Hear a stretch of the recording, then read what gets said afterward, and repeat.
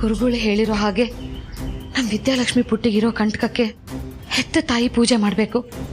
ಹೆತ್ತ ತಾಯಿ ನಮ್ಮ ಪಾರ್ವತಿ, ಆದರೆ ಪೂಜೆಗೆ ಹೋಗಿರೋದು ನಮ್ಮ ಜನನಿ. ಈ ವಿಷಯನ ಹೇಗಾದ್ರೂ ಮಾಡಿ ನಮ್ಮ ಪಾರ್ವತಿಗೆ ತಿಳಿಸ್ಬೇಕು. ಈ ಟೈಮಲ್ಲಿ ಇವಳು ಊರಿಗೆ ಹೋಗ್ಬೇಕಾಗಿತ್ತಾ? ಪಾರ್ವತಿ,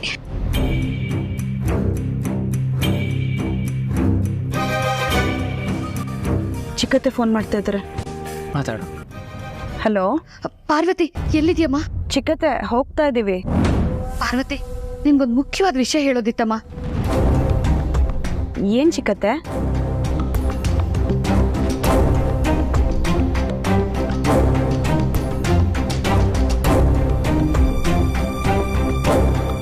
ಅಯ್ಯಯ್ಯೋ, ಈ ರತ್ನವೇಣಿ ನನ್ನ ಕಡೆಗೆ ಬರ್ತಿದ್ದಾಳೆ. ಈಗ ಪಾರ್ವತಿಗೆ ನಿನ್ ಮಗು ಕಂಟಕ ಇದೆ ಅಂತಾನು ಹೇಳೋಕ್ಕಾಗಲ್ವಲ್ಲಪ್ಪ. ಹೇಳಿದ್ರೆ ಪಾಪ ಪಾರ್ವತಿ ಗೋಳಾಡ್ಬೋದು. ಅವಳಿಗೆ ಸಮಾಧಾನ ಮಾಡೋಕ್ಕೂ ಆಗಲ್ಲ. ಏನಾರಿ ಬುದ್ಧಿ ರತ್ನವೇಣಿ ಕಣ್ ತಪ್ಸಿ ಆಮೇಲೆ ಫೋನ್ ಮಾಡಿದ್ರಾಯ್ತು. ಹಲೋ ಹಲೋ,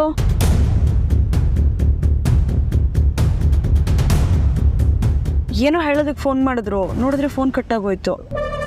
ಮತ್ತೆ ಮಾಡು ಪಾರು. ಬೇಡ ಯಜಮಾನ್ರೆ, ಒಂದು ವೇಳೆ ನಾವು ಹೋಗ್ತಾ ಇರೋದೇನಾದರೂ ಅವ್ರಿಗೆ ಗೊತ್ತಾಗಿ ಫೋನ್ ಮಾಡಿರ್ಬೋದಾ? ಯಜಮಾನ್ರೆ, ಮಗು ಕಂಟಕ ಬಂದಿರೋ ವಿಷಯನ ಯಾರಿಗೂ ಹೇಳೋದು ಬೇಡ. ನಮ್ಮ 4 ಜನದ ಮಧ್ಯನೇ ಇರಲಿ ಅಂತ ತಾನೇ ನಾವು ನಿರ್ಧಾರ ಮಾಡಿರೋದು. ಇಲ್ಲ ಪಾರು, ಗಣಿ ಆಗಲಿ ಸಾರಥಿ ಆಗಲಿ ವಿಷಯನ ಹೇಳಿರೋದಕ್ಕೆ ಸಾಧ್ಯ ಇಲ್ಲ. ಬೇರೆ ಏನಾದರೂ ಇಂಪಾರ್ಟೆಂಟ್ ವಿಷಯ ಇದ್ದರೆ ಒಂದ್ಸತಿ ನೀನು ಕಾಲ್ ಮಾಡಿ ಮಾತಾಡು.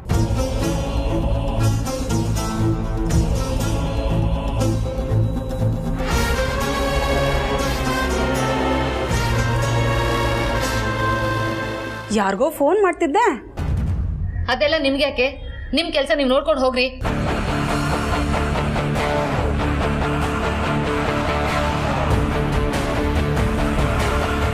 ಪಾರ್ವತಿಗೆ ಫೋನ್ ಮಾಡಿ ಮಗು ಕಂಟಕದ ಬಗ್ಗೆ ಹೇಳ್ತಿದ್ಲೇನೋ. ಈಗ ಪಾರ್ವತಿ ಗಂಡನ ಮೀಟಿಂಗ್ಗೆ ಕಳಿಸಿ ದೇವಸ್ಥಾನಕ್ಕೆ ಹೋಗಿ ನಾನೇ ಹರಕೆ ತೀರಿಸ್ತೀನಿ ಅಂತ ಕೂತ್ರೆ, ಅಯ್ಯೋ, ಇದೇ ಕಾರಣಕ್ಕೆ ಮಗು ಕಂಟಕ ಇದೆ ಅನ್ನೋದು ನಾನು ದಾಮಿನಿಗೆ ಗೊತ್ತಾಗೋದು ಬೇಡ ಅಂತ ಅಂದ್ಕೊಂಡಿದ್ದು. ಆದರೆ ನಾನೇ ಹೇಳೋಗಾಯ್ತು.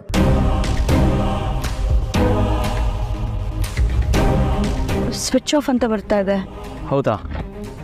ಮೋಸ್ಟ್ಲಿ ಚಾರ್ಜ್ ಖಾಲಿಯಾಗಿರಬೇಕು, ಅದಕ್ಕೆ ಸ್ವಿಚ್ ಆಫ್ ಅಂತ ಬರ್ತಾ ಇದೆ. ಅವರೇ ಮಾಡ್ತಾರೆ ಬಿಡು.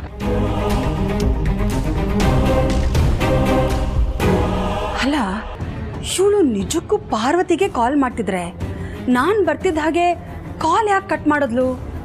ಅಲ್ಲಿಗೆ ಇವಳು ಬೇರೆ ಯಾರಿಗೂ ಕಾಲ್ ಮಾಡಿದಾಳೆ. ಒಂದು ವೇಳೆ ನನ್ನ ಮೊಮ್ಮಗುಗೆ ಈ ದಾಮಿನಿಯಿಂದಾನೇ ಕಂಟಕ ಇರ್ಬೋದಾ? ದುರಾಸೆ ಹೆಂಗಸು. ಪ್ರೀತು ಆದಿ ಆಸ್ತಿಗೆ ಆಸೆ ಪಡೋರಲ್ಲ. ಜನನಿ ಮಗುನು ಇಲ್ಲ ಅನ್ನಿಸ್ಬಿಟ್ರೆ ಅನ್ನೋ ಯೋಚನೆ ಇರ್ಬೋದಾ? ಇಲ್ಲ ಇಲ್ಲ, ಇವಳು ಮೊದಲು ಯಾರು ಕಾಲ್ ಮಾಡ್ತಾ ಇದ್ಲು ಅನ್ನೋದನ್ನ ತಿಳ್ಕೋಬೇಕು. ಆದರೆ ಹೇಗೆ ತಿಳ್ಕೊಳ್ಳೋದು?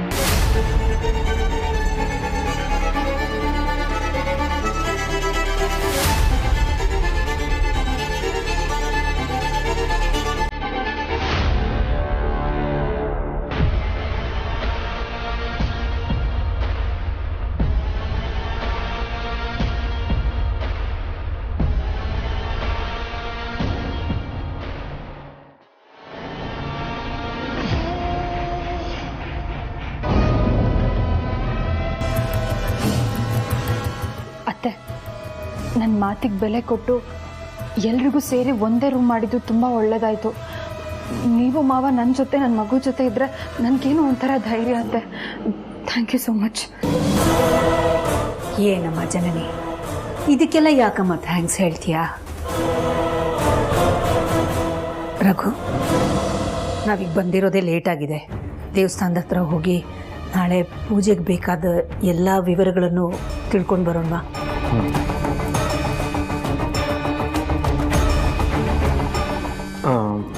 ಒಂದು ನಿಮಿಷ ಆಗಿಲ್ಲ, ಒಂದು ಇಂಪಾರ್ಟೆಂಟ್ ಕಾಲು ಅಟೆಂಡ್ ಮಾಡಿ ಬರ್ತೀನಿ. ಬಾರೋ, ನಾನು ರಿಸೆಪ್ಷನ್ ಹತ್ರ ಹೋಗಿ ಶಿವನ ದೇವಸ್ಥಾನಕ್ಕೆ ಯಾವ್ದು ದಾರಿ, ಎಷ್ಟು ದೂರ ಅಂತೆಲ್ಲ ಡೀಟೇಲ್ಸ್ ಕೇಳ್ಕೊಂಬರ್ತೀನಿ. ಮೊದಲೇ ಲೇಟ್ ಆಗಿದೆ, ದೇವಸ್ಥಾನದ ಬಾಗಿಲು ಮುಚ್ಚಿದ್ರೆ ಕಷ್ಟ. ಸರಿ ಯಜಮಾನ್ರೆ.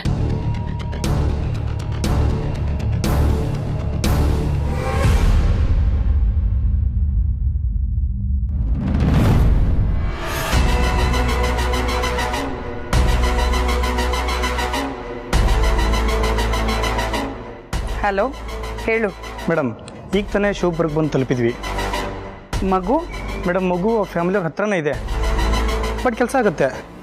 ಮೇಡಮ್, ಅವ್ರಿಲ್ಲಿ ಒಂದು ಹೋಮ್ ಸ್ಟೇ ಹುಡ್ಕೊಂಡಿದ್ದಾರೆ. ನಮಗಿಲ್ಲಿ ರೂಮ್ ಸಿಗಲ್ಲ ಮೇಡಮ್, ಅದಕ್ಕೆ ಇಲ್ಲಿರೋ ಅಕ್ಕಪಕ್ಕ ಜಾಗನ ಹುಡುಕ್ತೀವಿ. ಆದರೆ ಪ್ರತಿ ಕ್ಷಣ ಹೊಂಚು ಹಾಕ್ತಿರ್ತೀವಿ ಮೇಡಮ್. ಚಾನ್ಸ್ ಸಿಕ್ತಿದ್ದಾಗೇನೆ ಮಗುನ ಕದಿಯೋದು ಗ್ಯಾರಂಟಿ. ನಿಮಗೆ ನೆಕ್ಸ್ಟ್ ಟೈಮ್ ಫೋನ್ ಬಂದರೆ ಮಗು ನಮ್ಮ ಕೈಲಿದೆ ಅಂದ್ಕೊಳ್ಳಿ ಮೇಡಮ್.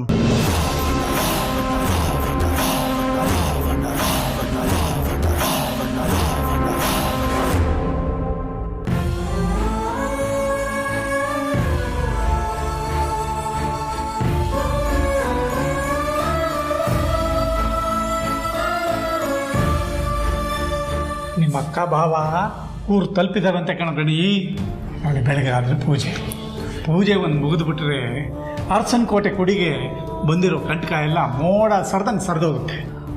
ಅಪ್ಪ, ನಿಜವಾಗ್ಲೂ ಆ ಮಗು ನಮ್ಮ ಪಾರು ಅಕ್ಕನ ಮಗು ಆಗಿದ್ರೆ ಎಷ್ಟು ಚೆನ್ನಾಗಿರ್ತಿತ್ತು ಅಲ್ವಾ? ಆ ಮಗು ಹುಟ್ಟಿದಾಗ್ಲಿಂದನೂ ಹುಷಾರು ತಪ್ಪಿದಾಗ, ಕಿಡ್ನಾಪ್ ಆದಾಗ, ಇವಾಗ ಕಂಟಕ ಇದೆ ಅನ್ನೋ ವಿಷಯ ಗೊತ್ತಾದಾಗ ಜನನಿ ಅಕ್ಕಂಗಿಂತ ಜಾಸ್ತಿ ಪಾರು ಅಕ್ಕನೇ ಒದ್ದಾಡಿದಾಳೆ. ಆ ದೇವರು ಆ ಮಗುನ ಅಕ್ಕನ ಮಗುವಾಗೆ ಮಾಡಬೇಕಿತ್ತು ಅಲ್ವಾ ಅಪ್ಪ? ಆ ಮಗುನ ದೇವರು ನಿಜಕ್ಕೂ ನಿಮ್ಮ ಅಕ್ಕನ ಮಗಳಾಗಿ ಹುಟ್ಟಿಸಿರೋದು, ಆದರೆ ನಿಮ್ಮ ಅಕ್ಕನೇ ಅದನ್ನು ಜನನಿಗೆ ಕೊಟ್ಟಿರೋದು. ಆದರೆ ಇದನ್ನೆಲ್ಲ ನಿನಗೆ ಹೇಗೆ ಅರ್ಥ ಮಾಡಿಸೋದು ಗಣಿ? ನೀನು ದೀಪ ನೋಡ್ತಾ ಇರು, ನಾನು ಹೋಗಿ ಅಡುಗೆ ಇಡ್ತೀನಿ. ಅಪ್ಪ ಬೇಡ, ನೀನೇ ದೀಪ ನೋಡ್ತಾ ಇರು, ನಾನು ಹೋಗಿ ಪುಳಿಯೋಗರೆ ಕಲಿಸ್ತೀನಿ.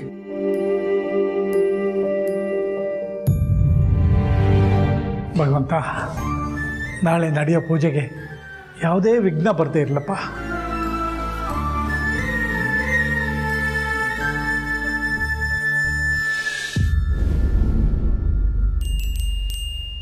ಭಗವಂತ, ಯಾವುದೇ ಕಾರಣಕ್ಕೂ ಹಚ್ಚಿರೋ ಈ ನಂದ ದೀಪ ಆರದೇ ಇರ್ಲಪ್ಪ. ಈ ಮನೆಗೆ ಬೆಳಕಾಗಿರೋ ನನ್ನ ಮೊಮ್ಮಗಳಿಗೆ ಬಂದಿರೋ ಕಂಟಕ ಪರಿಹಾರ ಆಗ್ಲಪ್ಪ, ಪರಿಹಾರ ಆಗಲಿ.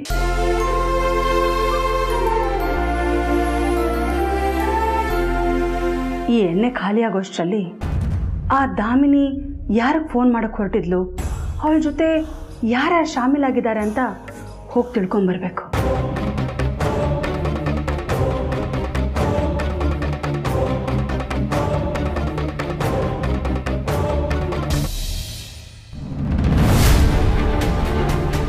ಏನಿದು ರಘು, ಫೋನಲ್ಲಿ ಮಾತಾಡ್ತೀನಿ ಅಂತ ಹೋಗಿ ಇಷ್ಟೊತ್ತಾಯ್ತಲ್ಲ ಬರೋದು? ಯಾಕೆ ಟೆನ್ಷನ್ನಲ್ಲಿದ್ದೀರಾ? ಗುರುಗಳು ಮಗುಗೆ ಕಂಟಕ ಇದೆ ಅಂತ ಹೇಳಿದ್ದಕ್ಕೆ ಬೇಜಾರು ಮಾಡ್ಕೋತಿದ್ದೀರಾ? ಅಲ್ಲ, ಅದ್ರ ಪರಿಹಾರದ ಪೂಜೆಗೋಸ್ಕರ ತಾನೇ ನಾವಿಲ್ಲಿಗೆ ಬಂದಿರೋದು.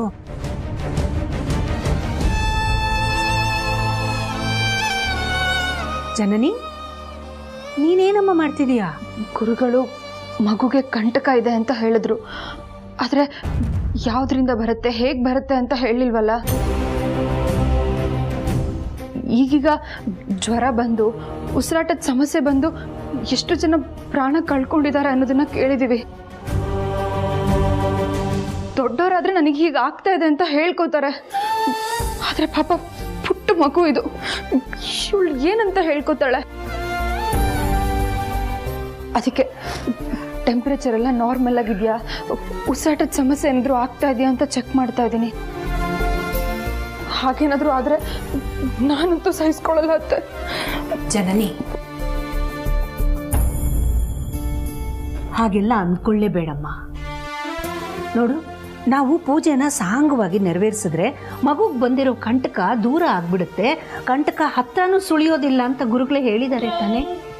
ಗುರುಗಳ ಮಾತು ಅಂದರೆ ಮಾತು, ಒಂದ್ಸಲ ಅವ್ರು ಹೇಳಿದ್ಮೇಲೆ ಮುಗೀತು. ಹಿಂದೆ ಮಗು ನಾಮಕರಣದ ಟೈಮಿಗೆ ಮುಹೂರ್ತದ ಹೊತ್ತಿಗೆ ಮಗು ನಿನ್ನ ಮಡ್ಲಲ್ಲಿ ಇರುತ್ತೆ ಅಂತ ಆ ಗುರುಗಳು ತಾನೇ ಹೇಳಿದ್ದಿದ್ದು. ಅವ್ರ ಮಾತಿನ ಹಾಗೆ ಆಯಿತು ಅಲ್ವಾ? ಈಗಲೂ ಅಷ್ಟೇ, ಬಂದಿರೋ ಕಂಟಕ ನಿರಾತಂಕವಾಗಿ ದೂರ ಆಗುತ್ತೆ. ಗುರುಗಳ ಮಾತಿನ ಮೇಲೆ ನಂಬಿಕೆ ಇರಲಿಮ್ಮ, ಟೆನ್ಷನ್ ಮಾಡ್ಕೋಬೇಡ. ಸುಮ್ಮನೆ ಅದೇ ಮಾತಾಡಿ ಟೆನ್ಷನ್ ಮಾಡ್ಕೊಳ್ಳೋದು ಬೇಡ. ನಾವು ಮಾಡಕ್ಕೆ ಬಂದಿರೋ ಪೂಜೆನ ಯಾರು, ಎಲ್ಲಿ, ಯಾವಾಗ, ಹೇಗೆ ಮಾಡ್ತಾರೆ ಅಂತ ದೇವಸ್ಥಾನಕ್ಕೆ ಹೋಗಿ ತಿಳ್ಕೊಂಡು ಬರಬೇಕಲ್ಲ. ಹೋಗೋಣ.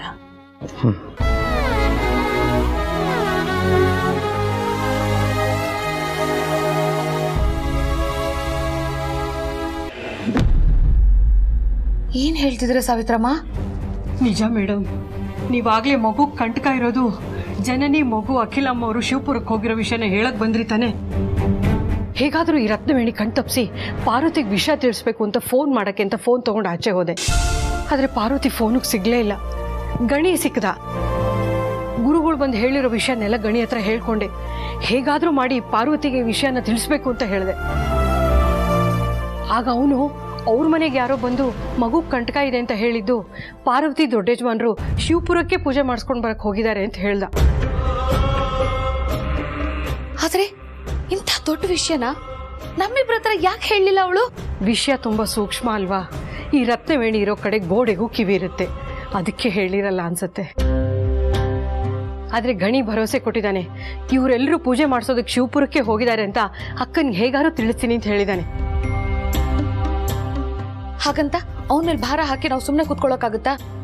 ಶಿವಪುರಕ್ಕೆ ಪೂಜೆ ಮಾಡಿಸೋದಕ್ಕೆ ಪಾರ್ವತಿ ಹೋಗಿದ್ದಾಳೆ ಅಂತ ಅಖಿಲಕ್ಕನ್ಗೆ ಏನಾದ್ರೂ ಗೊತ್ತಾಗ್ಬಿಟ್ರೆ ಪಾರ್ವತಿ ಅದನ್ನ ಹೇಗೆ ಮ್ಯಾನೇಜ್ ಮಾಡ್ತಾಳೆ? ಮೊದಲೊಳಗೆ ನಾವು ಫೋನ್ ಮಾಡಿ ತಿಳಿಸ್ಬೇಕು. ಅವನು ನಂಬ್ಕೊಂಡು ಕೂತ್ಕೊಳ್ಳೋಕ್ಕಾಗಲ್ಲ, ನಾನೇ ಕಾಲ್ ಮಾಡ್ತೀನಿ ರೀ.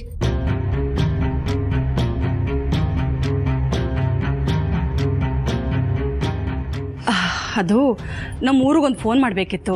ನನ್ನ ಫೋನಿಗೆ ಏನೋ ತೊಂದರೆ ಆಗಿಬಿಟ್ಟಿದೆ. ಒಂದೇ ಒಂದು ಫೋನ್ ಮಾಡಿಕೊಟ್ಬಿಡ್ತೀನಿ.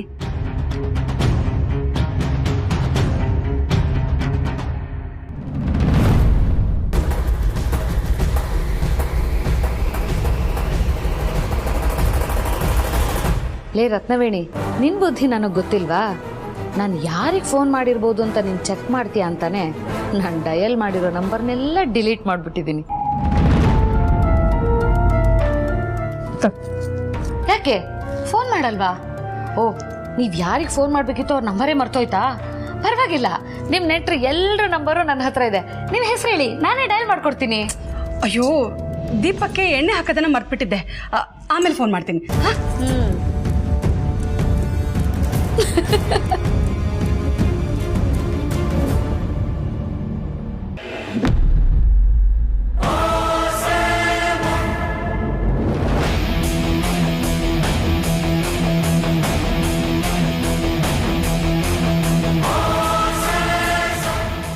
ಇವತ್ತು ಆ ಹುಡುಗಿ ಆ ಮಗುನ ಒಬ್ಬರು ಆಚೆ ಕರ್ಕೊಂಬಂದ್ರೆ ಸಾಕು. ಇವತ್ತು ಗ್ಯಾರಂಟಿ ಆ ಮಗುನ ಕದಿಲೇಬೇಕು.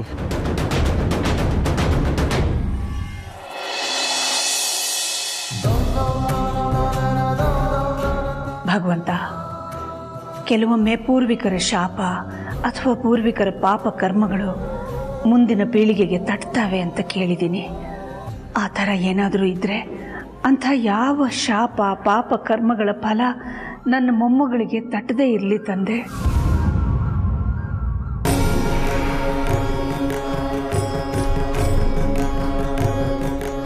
ದೇವ್ರೆ, ನಿಷ್ಠೆಯಿಂದ ನೀನು ಸೇವೆ ಮಾಡ್ತೀನಿ. ನನ್ನ ಮಗಳಿಗಿರೋ ಕಂಟಕನ ಆದಷ್ಟು ಬೇಗ ದೂರ ಮಾಡಪ್ಪ.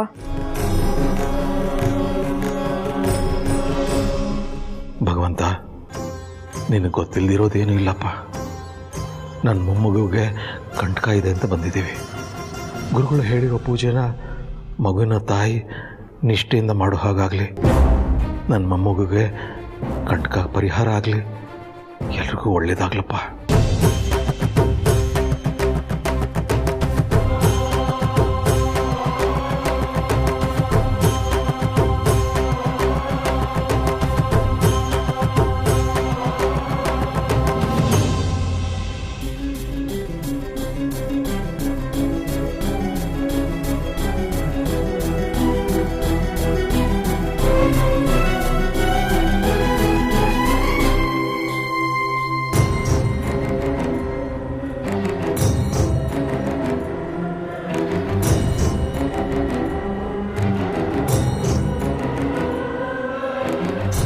ಅರ್ಚಕ್ರೆ, ನಮ್ಮ ಮೊಮ್ಮಗುಗೆ ಕಂಟಕ ಇದೆ ಅಂತ ನಮ್ಮ ಗುರುಗಳು ಹೇಳಿದ್ದಾರೆ. ಅದರ ಪರಿಹಾರದ ಪೂಜೆಗಾಗಿ ಇಲ್ಲಿಗೆ ಬಂದಿದ್ದೀವಿ. ಅದ್ರ ಬಗ್ಗೆ ಯಾರ ಹತ್ರ ಎಲ್ಲಿ ಮಾತಾಡಬೇಕು? ಹೊರಗಡೆ ಜಗಲಿ ಇದೆ, ಅಲ್ಲಿ ಪುರೋಹಿತರು ಕೂತಿರ್ತಾರೆ, ಅವ್ರು ವಿಚಾರಿಸಿ ನಿಮಗೆಲ್ಲ ಹೇಳ್ತಾರೆ. ಆಗಲಿ. ಜನನಿ ಬಾಮ್ಮ.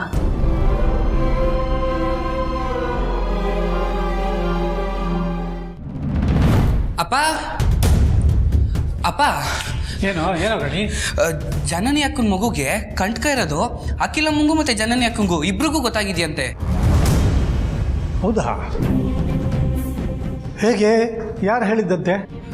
ಇವಾಗ ಸಾವಿತ್ರಮ್ಮ ಸಿಕ್ಕಿದ್ದು. ಅವರೇ ಹೇಳಿದ್ರು, ಅರಸನಕೋಟೆಗೆ ಗುರುಗಳು ಬಂದು ಮಗು ಜೀವಕ್ಕೆ ಕಂಟಕ ಇದೆ ಅಂತ ಹೇಳಿದಾರಂತೆ. ಅದಕ್ಕೆ ಅಖಿಲಮ್ಮ ಜನನಿ ಅಕ್ಕ ಮಗುನ್ ಕರ್ಕೊಂಡು ಶಿವಪುರದ ದೇವಸ್ಥಾನಕ್ಕೆ ಹೋಗಿದ್ದಾರೆ. ಶಿವಪುರಕ್ಕ? ಹೌದಪ್ಪ. ನಮ್ಮ ಮನೆಗೆ ಭವಿಷ್ಯ ಹೇಳೋರು ಬಂದು ಮಗುಗೆ ಕಂಟಕ ಇದೆ ಅಂದಿದ್ದು ಅರಸನಕೋಟೆ ಅವ್ರಿಗೆ ಗೊತ್ತಾದ್ರೆ ಎಲ್ಲಿ ಗಾಬರಿ ಆಗ್ತಾರೋ ಅಂತ ಅಕ್ಕ ಯೋಚನೆ ಮಾಡಿದ್ಲು. ಹಂಗೆ ಅರಸನಕೋಟೆಗೆ ಗುರುಗಳು ಬಂದು ಮಗುಗೆ ಕಂಟಕ ಇದೆ ಅನ್ನೋ ವಿಷಯ ಹೇಳಿದಾರಲ್ಲ, ಆ ವಿಷಯ ಅಕ್ಕಂಗೆ ಗೊತ್ತಾದ್ರೆ ಎಲ್ಲಿ ಗಾಬರಿ ಬೀಳ್ತಾಳೋ ಅಂತ ಅವ್ರು ಯಾರೂ ಹೇಳಿಲ್ಲ. ಅದಕ್ಕೆ ಜನನಿ ಅಕ್ಕನ ಫ್ರೆಂಡ್ ಮನೆಗೆ ಹೋಗ್ತಾ ಇದ್ದೀವಿ ಅಂತ ಸುಳ್ಳು ಹೇಳಿ ಅವರೆಲ್ಲರೂ ದೇವಸ್ಥಾನಕ್ಕೆ ಹೋಗಿದ್ದಾರೆ. ಮಜಾ ಏನು ಗೊತ್ತಾ? ಅಕ್ಕ ಬಾವ ಹೋಗಿರೋ ದೇವಸ್ಥಾನಕ್ಕೆ ಅವರೆಲ್ಲ ಹೋಗಿರೋದು. ಹಾಗಾದರೆ ಶಿವಪುರದ ದೇವಸ್ಥಾನದಲ್ಲಿ ಎಲ್ಲರೂ ಒಟ್ಟಿಗೆ ಸಿಗ್ತಾರೆ? ಗೊತ್ತಿಲ್ಲಪ್ಪ. ಅದೇನಾದ್ರು ತುಂಬ ದೊಡ್ಡ ದೇವಸ್ಥಾನ ಆದರೆ ಮಿಸ್ ಆಗೋ ಚಾನ್ಸಸ್ ಇರುತ್ತೆ. ಇಲ್ಲ ಅಪ್ಪಿ ತಪ್ಪಿ ಅವ್ರೇನಾದರೂ ಎದುರು ಬದ್ರು ಸಿಕ್ಕಿದ್ರೆ ಮಗುಗೆ ಕಂಟಕ ಇರೋ ವಿಷಯನ ಜನನಿ ಅಕ್ಕನಿಂದ ಅಕ್ಕ ಮುಚ್ಚಿಟ್ಟಿದ್ಲಲ್ಲ, ಅವಾಗ ಮುಚ್ಚಿಡೋ ಅವಶ್ಯಕತೆನೇ ಇರಲ್ಲ. ಅವಾಗ ಜನನಿ ಅಕ್ಕ ಒಬ್ಳೆ ಪೂಜೆ ಮಾಡ್ಬೋತಾನೆ. ಹೋಗ್ತಾ ಬೇರೆ ಬೇರೆ ಹೋದ್ರೆ ಏನಂತೆ, ಬರ್ತಾ ಒಟ್ಟಿಗೆ ಬಂದರೆ ಆಯಿತು. ಇರು, ಈಗಲೇ ಅಕ್ಕಂಗೆ ಫೋನ್ ಮಾಡ್ತೀನಿ. ಬೇಡ ಕಣ, ಬ್ಯುಸಿ ಇರ್ತಾರೆ. ಒಟ್ಟಿಗೆ ಸಿಕ್ಕರೆ ಸಿಗಲಿ ಬಿಡು, ಇಲ್ಲಾಂದರೆ ಬಂದಮೇಲೆ ಗೊತ್ತಾದ್ರಾಗಲಿ. ದೇವರಿಚ್ಛೆ ಇವತ್ತಾದರೂ ಪಾರ್ವತಿದೆ ಮಗು ಅನ್ನೋದು ಅಖಿಲಮ್ಮಂಗೆ ಗೊತ್ತು ಮಾಡೋದಾಗಿದ್ದರೆ ಅದನ್ನು ಮಾಡೇ ಬಿಡಲಿ. ಅಪ್ಪ ನಿಂಗೆ ಗೊತ್ತಾಗಲ್ಲ, ನೀನು ಸುಮ್ಮನಿರು.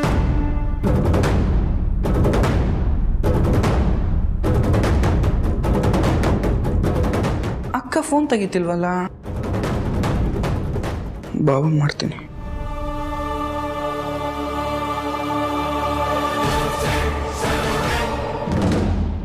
ಅಕ್ಕ ಬಾವಂಗೆ ಇಬ್ರಿಗೂ ಫೋನ್ ಮಾಡಿದೆ, ಫೋನ್ ರಿಂಗ್ ಆಗ್ತಿದೆ, ಆದರೆ ರಿಸೀವೇ ಮಾಡ್ತಿಲ್ವಲ್ಲ ಅಪ್ಪ.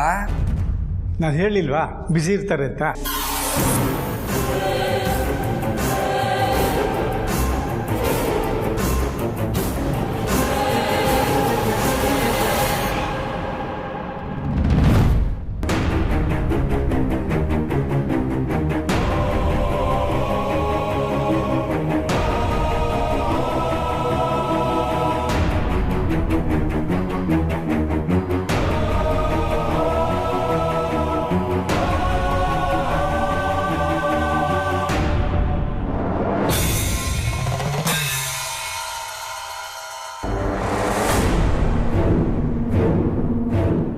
ನಮಸ್ಕಾರ.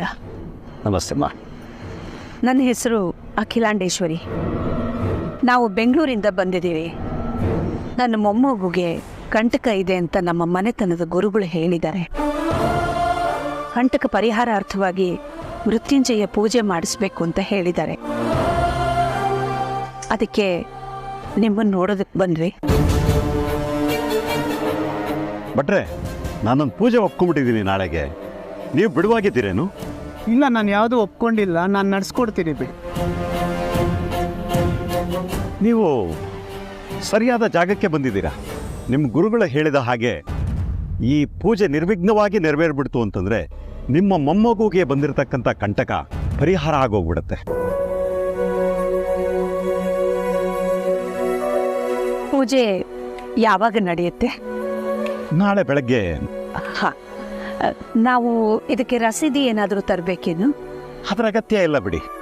ನಾಳೆ ಬೆಳಗ್ಗೆ ಸ್ನಾನ ಮುಗಿಸಿ ನದಿ ತೀರಕ್ಕೆ ಬಂದ್ಬಿಡಿ. ಪೂಜೆ ಸಾಮಾನೆಲ್ಲ ಇವರು ತಗೊಂಬರ್ತಾರೆ. ಆದರೆ ಪೂಜೆ ಕೂತ್ಕೊಳ್ಳೋ ತಾಯಿ ಮಗುನ ಕರ್ಕೊಂಬಂದ್ರೆ ಸಾಕು. ಆದರೆ